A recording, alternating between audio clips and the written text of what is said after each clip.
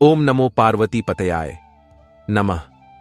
प्यारे दर्शकों, हमारी ओर से आप सभी माताओं और बहनों को जितिया व्रत की हार्दिक शुभकामनाएं।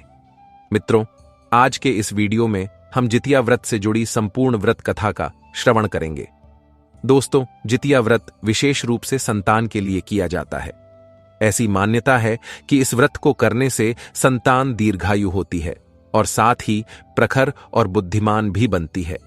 यह व्रत संतान के लिए किया जाता है, इसलिए यह जितिया व्रत सभी माताओं और बहनों के लिए बहुत महत्वपूर्ण है। मेरी माताओं और बहनों, शास्त्रों के अनुसार जो स्त्री जितिया का व्रत रखती है उसकी संतान की रक्षा स्वयं भगवान श्री कृष्ण करते हैं, इसीलिए इस व्रत का कुछ विशेष ही महत्व माना गया है। जितिया व्रत को जीवित पुत्रिका व्रत के नाम से भी जाना जाता है। पूर्वांचल में मनाया जाने वाला जितिया का पर्व बहुत ही महत्वपूर्ण माना जाता है। इसका उल्लेख शास्त्रों में मिलता है।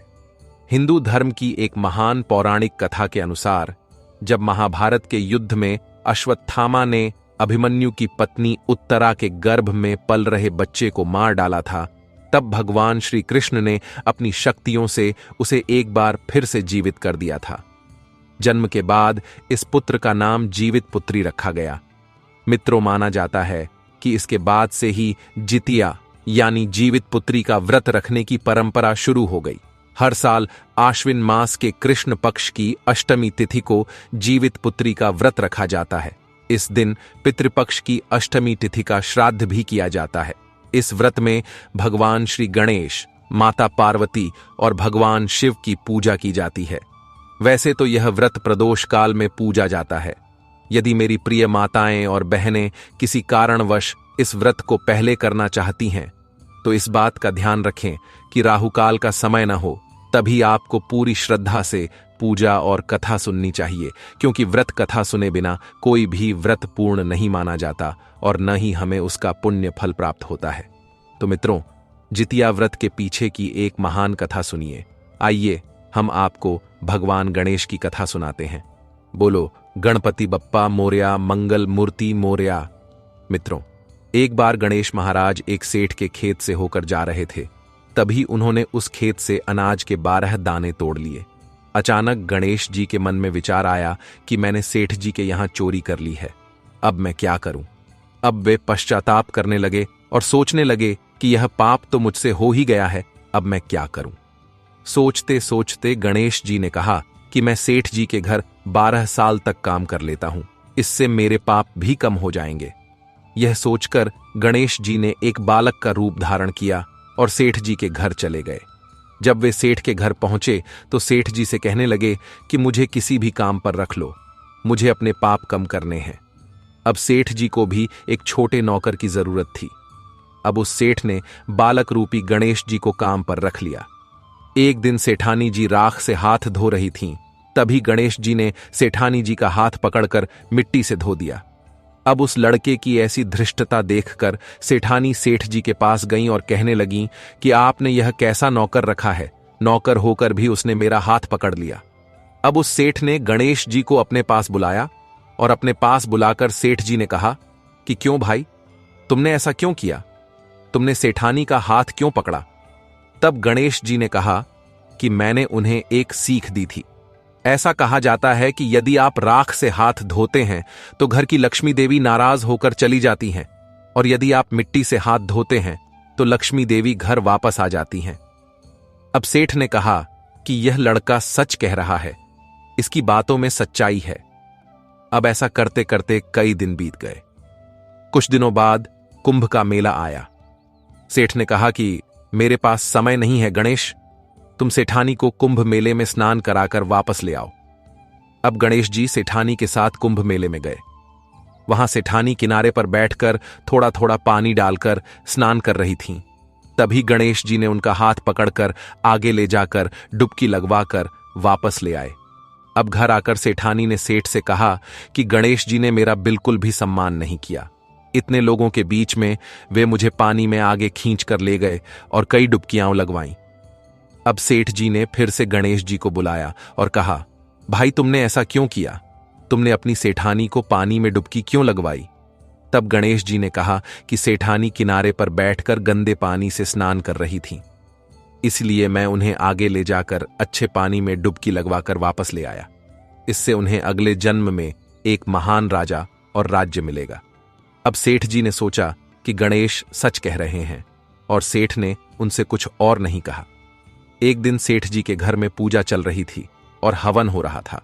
सेठ जी हवन पर बैठे थे और उन्होंने गणेश जी से कहा कि जाकर सेठानी को बुला लाओ।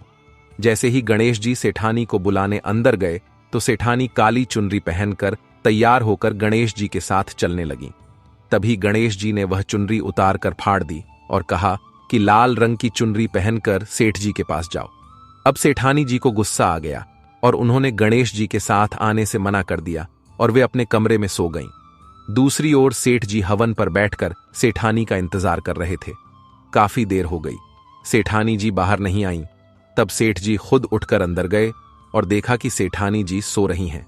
अब जैसे ही सेठ जी आए, सेठानी उठकर खड़ी हो गईं। तब सेठ जी ने कहा, क्या हुआ, तुम सो क्यों रही थीं? तब सेठानी जी ने कहा कि आज गणेश जी ने सारी हदें पार कर दी, उन्होंने मेरा दुपट्टा फाड़ दिया।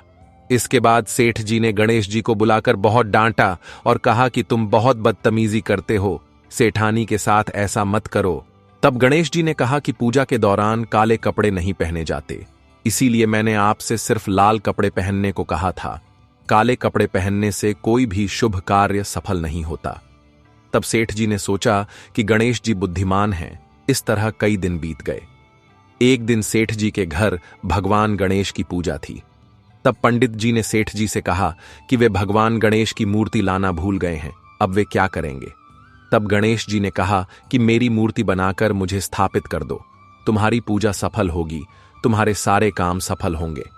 अब गणेश से यह सुनकर सेठ जी को बहुत गुस्सा आया और उन्होंने कहा कि अब तक तुम सिर्फ सेठानी से मजाक करते थे, वह तो ठीक था, लेकिन अब तुमने मुझसे भी मजाक करना शुरू कर दिया है। अब गणेश जी ने कहा कि मैं मजाक नहीं कर रहा हूं, मैं सच कह रहा हूं। इतना कहते ही गणेश जी ने अपना असली रूप धारण कर लिया। अब क्या हुआ कि सेठ और उसकी पत्नी देखते ही रह गए।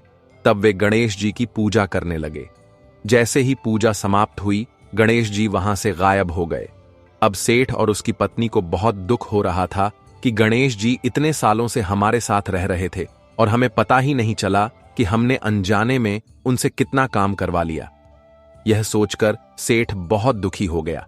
अब गणेश जी रात को सेठ के सपने में आए और सेठ जी से कहा कि सेठ जी, 12 साल पहले मैंने आपके खेत से 12 दाने तोड़े थे। उसी का कर्ज चुकाने के लिए मैंने आपके घर 12 साल काम किया। आपको पछताने की जरूरत नहीं है। आज से आपके घर में किसी चीज की कोई कमी नहीं रहेगी। इस तरह गणेश जी के आशीर्वाद से सेठ और उसकी पत्नी का बेटा वाण और भी अमीर हो गया। हे भगवान गणेश, जिस तरह आपने अपने सेठ और उसकी पत्नी पर कृपा की, उसी तरह हम पर भी कृपा करें। कहिए जय गणेश गजानन। मित्रों, अब हम जितिया व्रत की दूसरी कथा सुनते हैं। मित्रों, एक बार की बात है कि एक पेड़ पर एक चील रहती थी और पास की झाड़ी में एक सियारिन भी रहती थी। कुछ ही दिनों में दोनों अच्छी दोस्त बन गईं। दोनों एक दूसरे से खूब बातें करती थीं और चील को जो कुछ भी खाने को मिलता, वह उसका कुछ हिस्सा सियारिन को जरूर देती थी। सियारिन भी चील का खूब ख्याल रखती थी। इस तरह दोनों का जीवन खुशी खुशी बीत रहा था। एक बार जंगल के पास के गांव में महिलाएं जितिया व्रत की पूजा की तैयारी कर रही थीं। चील उन्हें बहुत ध्यान से देख रही थी। अब उसने यह बात अपनी प्रिय सखी सियारिन को बताई। यह सुनकर दोनों का मन हुआ कि वहां जाकर देखें कि वे महिलाएं क्या कर रही हैं। तो यह सोचकर दोनों वहां गईं और उन महिलाओं को ध्यान से देखती रहीं कि कैसे पूजा की जाती है और उसके बाद व्रत कथा कहीं और सुनी जाती है। दोनों ने पूरी पूजा बहुत ध्यान से श्रद्धापूर्वक देखी और सुनी। बाद में दोनों ने निश्चय किया कि वे भी यह व्रत करेंगी।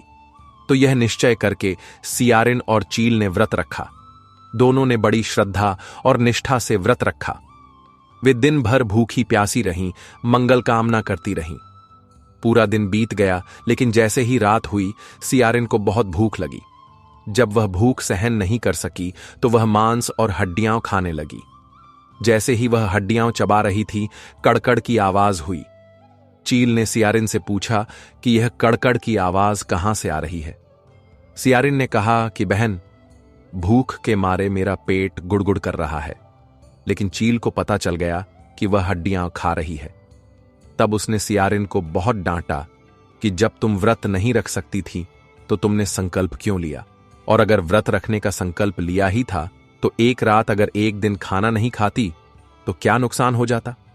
चील की बातें सुनकर सियारिन को शर्मिंदगी महसूस हुई और वह चील से माफी मांगने लगी। अब व्रत तो टूट ही चुका था, माफी मांगने से क्या फायदा।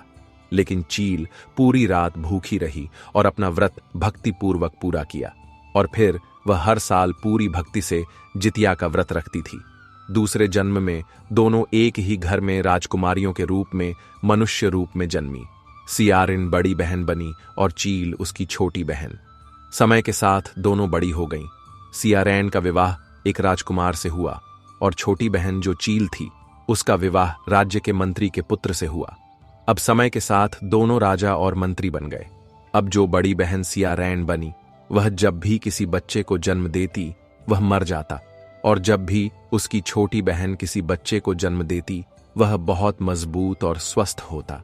अब बड़ी बहन बार बार अपने बच्चों को खोने के दुख से बहुत दुखी हो गई और अपनी छोटी बहन से ईर्ष्या भी करने लगी।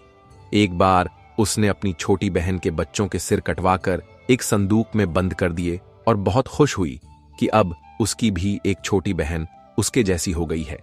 लेकिन कुछ समय बाद वह क्या देखती है कि कुछ समय बाद उसकी छोटी बहन के बच्चे मां मां पुकारते हुए दौड़े चले आते हैं।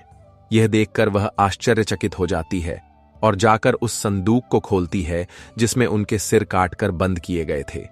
वह आश्चर्यचकित हो जाती है क्योंकि उस संदूक में उसकी बहन के बच्चों के सिर नहीं बल्कि मिठाइयां थीं। अब उसने कई बार उसके बच्चों को मारने की कोशिश की कि उसकी बहन के बच्चे या तो वह उसके पति को मारने की कोशिश करती या उसे मारने की कोशिश करती, लेकिन वह कभी सफल नहीं हुई। समय बीतता गया और वह इस तरह की कोशिशें करते करते थक गई थी। फिर एक दिन उसने देखा कि उसकी छोटी बहन पूजा की थाली लेकर कहीं जा रही है, तो उसने पूछा कि बहन तुम कहां जा रही हो। तब उसने बताया कि आज मेरा जितिया का व्रत है। अब अपनी छोटी बहन की बात सुनकर उसकी बड़ी बहन ने कहा कि तुम यह व्रत क्यों रखती हो, इस व्रत को रखने का क्या फल मिलता है। तब उसने कहा कि बहन, इस व्रत को रखने से निसंतान को संतान की प्राप्ति होती है, और जिनके संतान होती है उन्हें स्वस्थ जीवन और लंबी आयु का आशीर्वाद मिलता है। भगवान श्री कृष्ण उनके बच्चों की रक्षा करते हैं। इस तरह व्रत का महत्व समझाते हुए उसने अपनी बड़ी बहन से कहा कि बहन, मैं कहती हूं कि तुम भी जितिया का व्रत रखो, तुम्हारी गोद जरूर हरी होगी। अब अपनी छोटी बहन से ऐसी बातें सुनकर उसे अपनी गलती का एहसास हुआ कि मेरी छोटी बहन को मेरी सूनी गोद की चिंता है, मैं उसकी गोद उजाड़ने पर तुली हूं। वह रोने लगी और हाथ जोड़कर अपनी बहन से माफी मांगने लगी। अब उसकी छोटी बहन ने उसे माफ कर दिया। उसने उसे अपना पति बना लिया और पूजा के लिए अपने साथ ले गई, और वहां जाकर पूरे विधि विधान से जितिया व्रत की पूजा की और उसे व्रत रखवाया। व्रत कथा सुनी। व्रत के प्रभाव से रानी ने 9वें महीने में एक बहुत ही सुंदर पुत्र को जन्म दिया।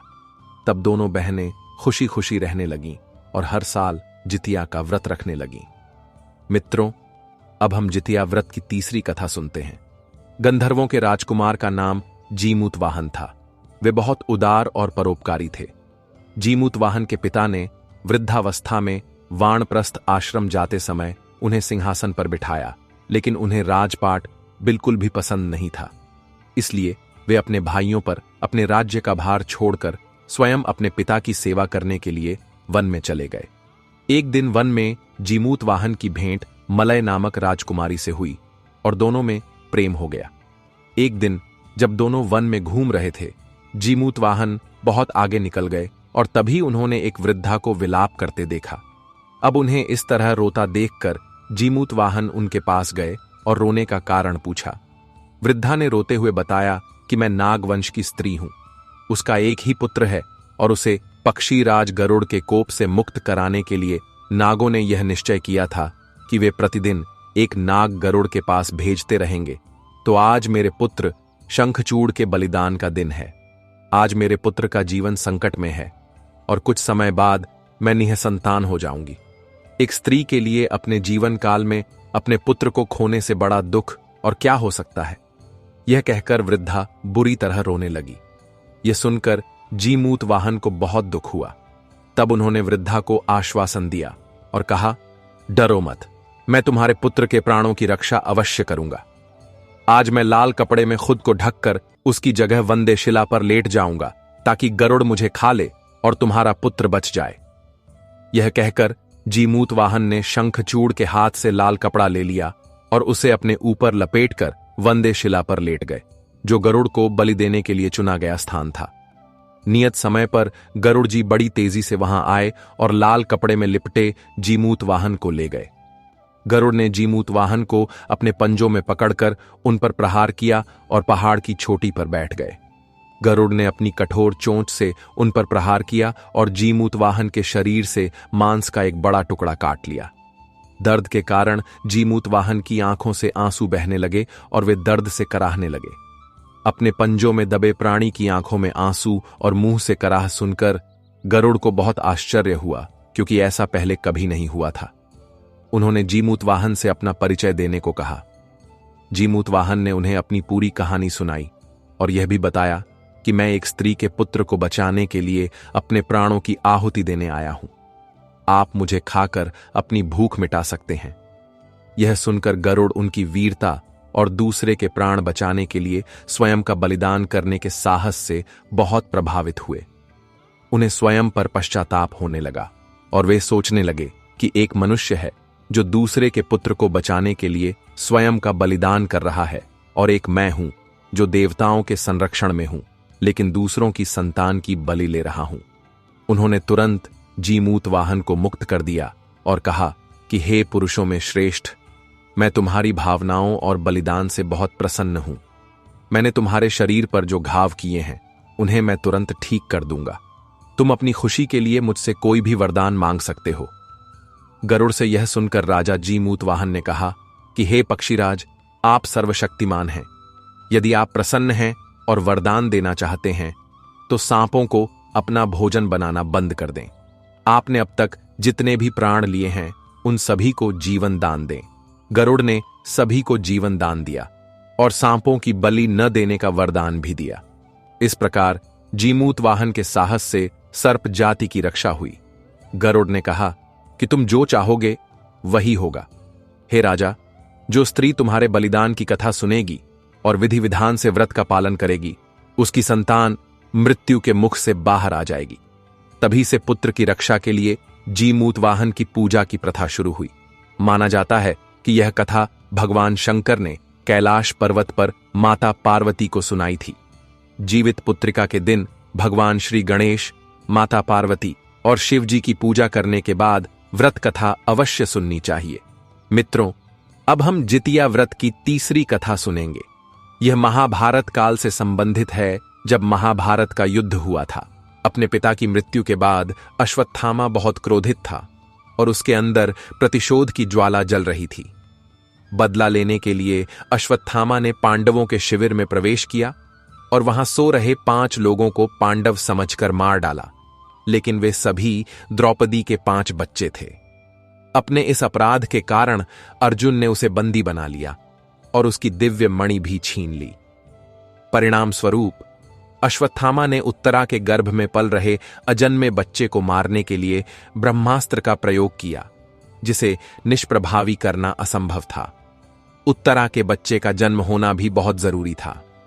ब्रह्मास्त्र के प्रयोग से उत्तरा का पुत्र गर्भ में ही मर गया। इसीलिए भगवान श्री कृष्ण ने अपने सभी पुण्यों का फल उत्तरा के अजन्मे बच्चे को दे दिया और उसे गर्भ में ही जीवित कर दिया। गर्भ में मरकर जीवित होने के कारण उसका नाम जीवित पुत्री रखा गया और बाद में वह राजा परीक्षित बना। तभी से यह व्रत बड़ी श्रद्धा से मनाया जाता है। प्यारे मित्रों, अब हम आपको जितिया व्रत की चौथी कथा और सुनाते हैं। मित्रों, यह कथा जीवित पुत्रिका व्रत की एक ऐसी चमत्कारी कथा है जो यह सिद्ध करती है कि एक मां की निस्वार्थ श्रद्धा और अटूट विश्वास असंभव को भी संभव बनाने की शक्ति रखता है। यह कथा किसी शास्त्र या पुराण में वर्णित नहीं है, बल्कि यह भक्ति और वात्सल्य की उस गहराई से उपजी है जहां ईश्वर स्वयं भक्त के अधीन हो जाते हैं। यह कथा है एक साधारण स्त्री की, जिसने अपनी असाधारण भक्ति से विधाता के लिखे को भी बदल दिया। बहुत समय पहले की बात है। अवंती नामक एक छोटे से राज्य में नर्मदा नदी के तट पर बसे एक गांव में लीला नाम की एक स्त्री अपने पति रतन और इकलौते पुत्र मोहन के साथ रहती थी। लीला अत्यंत धर्मपरायण, सरल और संतोषी स्वभाव की थी। उसका संसार अपने पुत्र मोहन के चारों ओर ही घूमता था। मोहन बहुत ही तेजस्वी और सुंदर बालक था। उसकी बाल सुलभ क्रीड़ाओं से घर का आंगन सदैव गूंजायमान रहता था। परंतु विधाता को कुछ और ही मंजूर था। जब मोहन 5 वर्ष का हुआ तो उसे एक विचित्र रोग ने घेर लिया। उसका हंसता खेलता शरीर दिन प्रतिदिन क्षीण होने लगा। बड़े से बड़े वैद्य और हकीमों ने अपनी पूरी विद्या लगा दी, परंतु कोई भी मोहन के रोग का निदान नहीं कर सका। धीरे धीरे मोहन की स्थिति ऐसी हो गई कि उसने बिस्तर पकड़ लिया। उसकी आंखों की चमक चली गई और उसकी मधुर वाणी मौन हो गई। लीला और रतन ने अपने पुत्र को बचाने के लिए अपना सर्वस्व दांव पर लगा दिया। घर का धन धान्य समाप्त हो गया, परंतु मोहन की दशा में कोई सुधार नहीं हुआ। रतन अब पूरी तरह से निराश हो चुका था। उसे लगने लगा था कि अब कोई चमत्कार ही उनके पुत्र को बचा सकता है। परंतु लीला ने आशा का दामन नहीं छोड़ा था। उसका मातृत्व और उसकी ईश्वर पर अटूट श्रद्धा उसे हार मानने की अनुमति नहीं दे रही थी। वह दिन रात मोहन के सिरहाने बैठकर ईश्वर का स्मरण करती और उसकी सलामती की प्रार्थना करती। एक दिन गांव के मंदिर में कुछ स्त्रियां आपस में जितिया व्रत के महत्व की चर्चा कर रही थीं। उन्होंने बताया कि यह व्रत संतान की दीर्घायु और आरोग्य के लिए किया जाता है, और यदि कोई माता पूर्ण निष्ठा और विश्वास से यह निर्जला व्रत संपन्न करती है तो स्वयं भगवान श्री कृष्ण उसकी संतान की रक्षा करते हैं। यह बात लीला के कानों में पड़ी और उसके मुरझाए हुए मन में आशा की एक नई किरण का संचार हुआ। उसने उसी क्षण संकल्प लिया कि वह अपने पुत्र मोहन के लिए यह कठिन व्रत अवश्य करेगी। जब उसने यह बात अपने पति रत्न को बताई तो उसने निराशा से कहा, लीला, हमने सब कुछ करके देख लिया। क्या एक दिन भूखे प्यासे रहने से वह हो जाएगा जो बड़े बड़े वैद्य नहीं कर सके? लीला ने शांत और दृढ़ स्वर में उत्तर दिया, स्वामी, वैद्यों ने अपना ज्ञान उपयोग किया, अब मुझे अपने विश्वास को उपयोग करने दीजिए। एक मां की प्रार्थना और भक्ति में कितनी शक्ति होती है यह संसार नहीं जानता, परंतु मेरा ईश्वर अवश्य जानता है। मैं यह व्रत केवल अपने पुत्र के लिए नहीं बल्कि अपने विश्वास की रक्षा के लिए भी करूंगी। आश्विन मास के कृष्ण पक्ष की अष्टमी तिथि आई। लीला ने ब्रह्म मुहूर्त में उठकर स्नान किया और सर्गी के रूप में केवल ईश्वर का नाम लेकर अपने व्रत का संकल्प लिया। उसने न तो अन्न का एक दाना ग्रहण किया और न ही जल की एक बूंद। दिन भर वह मोहन के पास बैठी रही और भगवान की कथाओं का पाठ करती रही। उसकी आंखें मोहन के निश्चेष्ट शरीर को देखतीं और उसका मन निरंतर ईश्वर से संवाद करता। जैसे जैसे दिन ढलता गया, भूख और प्यास से उसका शरीर शिथिल होने लगा, परंतु उसका मनोबल और भी दृढ़ होता जा रहा था। उसने मन ही मन भगवान से प्रार्थना की, हे प्रभु, आप तो घट घट के वासी हैं। मैं आपको साक्षी मानकर यह प्रण लेती हूं कि यदि मेरे पुत्र के प्राणों पर कोई संकट है तो आप उसके बदले मेरे प्राण ले लीजिए। मेरे हिस्से की जितनी भी आयु शेष हो वह मेरे मोहन को प्रदान कर दीजिए। एक मां के लिए संतान से बढ़कर कुछ नहीं होता। रात्रि का समय आया। पूरा गांव सो रहा था, परंतु लीला जाग रही थी। उसकी आंखें प्रार्थना में बंद थीं और उसका हृदय केवल मोहन मोहन जप रहा था। मध्यरात्रि के समय जब व्रत का सबसे कठिन पहर चल रहा था, लीला को प्यास से तीव्र कष्ट होने लगा। उसका कंठ सूखकर कांटा हो गया था और उसे लगा कि अब उसके प्राण निकल जाएंगे। ठीक उसी समय अचानक कमरे में एक दिव्य प्रकाश फैल गया और लीला ने अनुभव किया कि कोई अलौकिक शक्ति उसके सिर पर हाथ फेर रही है। उसे ऐसा प्रतीत हुआ मानो स्वयं मां पार्वती कह रही हो, पुत्री, तुम्हारी निस्वार्थ भक्ति और असाधारण मातृत्व ने हमें विवश कर दिया है। जिस मां में ऐसा त्याग और विश्वास हो उसकी गोद कभी सूनी नहीं रह सकती। तुम्हारा पुत्र अब पूर्ण रूप से स्वस्थ है। जाओ और अपने व्रत को पूर्ण करो। यह अनुभव होते ही लीला की सारी थकान और पीड़ा गायब हो गई। उसने आंखें खोलीं तो देखा कि प्रकाश विलीन हो चुका था, परंतु उसके पुत्र मोहन के चेहरे पर एक अद्भुत तेज था। वर्षों बाद मोहन ने धीरे से अपनी आंखें खोलीं और धीमी आवाज में पुकारा, मां। यह एक शब्द लीला के लिए अमृत के समान था। उसने दौड़कर मोहन को अपने गले से लगा लिया। उसके शरीर का ताप सामान्य था और उसकी सांसें नियमित चल रही थीं। अगले दिन जब व्रत पारण का समय हुआ तो लीला ने विधि विधान से पूजा की और ईश्वर को कोटि कोटि धन्यवाद दिया। जब उसने व्रत खोला तो उधर मोहन भी बिस्तर से उठकर बैठ गया और भोजन की मांग करने लगा। यह चमत्कार देखकर रतन की आंखों से अविरल अश्रुधारा बह निकली। वह लीला के चरणों में गिर पड़ा और बोला, लीला, तुम धन्य हो। आज मैंने तुम्हारी भक्ति की शक्ति को अपनी आंखों से देखा है। यह केवल एक व्रत नहीं, बल्कि साक्षात ईश्वरीय वरदान है। यह समाचार पूरे गांव में आग की तरह फैल गया। सभी लोग उस बालक को देखने आए जो मृत्यु के मुख से वापस लौट आया था। उस दिन के बाद से जितिया व्रत के प्रति लोगों की आस्था और भी गहरी हो गई। लीला की यह कथा पीढ़ियों तक सुनाई जाने लगी, इस बात का प्रमाण बनकर कि एक मां की सच्ची पुकार भगवान तक अवश्य पहुंचती है और जितिया का व्रत संतान के लिए एक अमोघ रक्षा कवच के समान है। बोलो जीवित पुत्रिका मैया की जय।